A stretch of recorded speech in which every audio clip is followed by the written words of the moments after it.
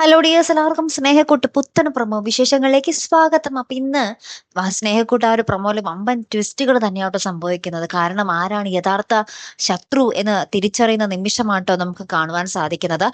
അപ്പൊ എന്തായാലും നമ്മുടെ ഇന്ദ്രനെ നമ്മുടെ സേതുമാധവനും പല്ലവിയും വളഞ്ഞിട്ട് ആക്രമിക്കുന്നുണ്ട്. ശേഷം നമ്മുടെ ഇന്ദ്രൻ തന്നെ പറയുന്നുണ്ട്, യഥാർത്ഥ പ്രതി ആരാണെന്നല്ലേ നിങ്ങൾക്ക് അറിയേണ്ടത്.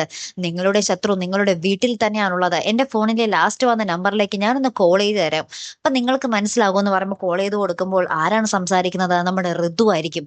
അപ്പൊ ഋതു പറയുന്ന കാര്യങ്ങളൊക്കെ നമ്മുടെ ഇന്ദ്രൻ സ്പീക്കറിലിട്ട് കേൾപ്പിക്കുന്നുണ്ട്. അപ്പൊ സേതുവിനും നമ്മുടെ അച്ചുവിനും നമ്മുടെ പല്ലവിക്കും മനസ്സിലായി ഋതു തന്നെയാണ് ഏറ്റവും വലിയ ശത്രു എന്ന് തങ്ങളുടെയൊക്കെ. അങ്ങനെ തന്നെ നമ്മുടെ സേതു കൊട്ടക്കലിപ്പിൽ നമ്മുടെ അച്ചുവിനെയും കൂട്ടി ആ ഒരു അമ്പലത്തിലേക്ക് പോവുകയാണ്, ക്ഷേത്രത്തിലേക്ക് പോവുകയാണ് ഒരു വിവാഹത്തിന് വേണ്ടി. അപ്പൊ നമ്മുടെ ഇന്ദ്രൻ അതും പറയുന്നുണ്ട്, നിഖിൽ എന്റെ ആളാണ്, നിഖില് അച്ചുവിനെ പെണ്ണ് കാണാൻ വന്നത് എന്റെ നിർദ്ദേശപ്രകാരമാണ്, എനിക്ക് വേണ്ടിയാണ് അവൻ കെട്ടുന്നത് എന്നുള്ളൊരു കാര്യം തുറന്നു പറയുന്നുണ്ട്. അപ്പൊ സേതുവിന്റെ അടുത്ത ലക്ഷ്യം ഈ കല്യാണം മുടക്കുക എന്നതാണ്.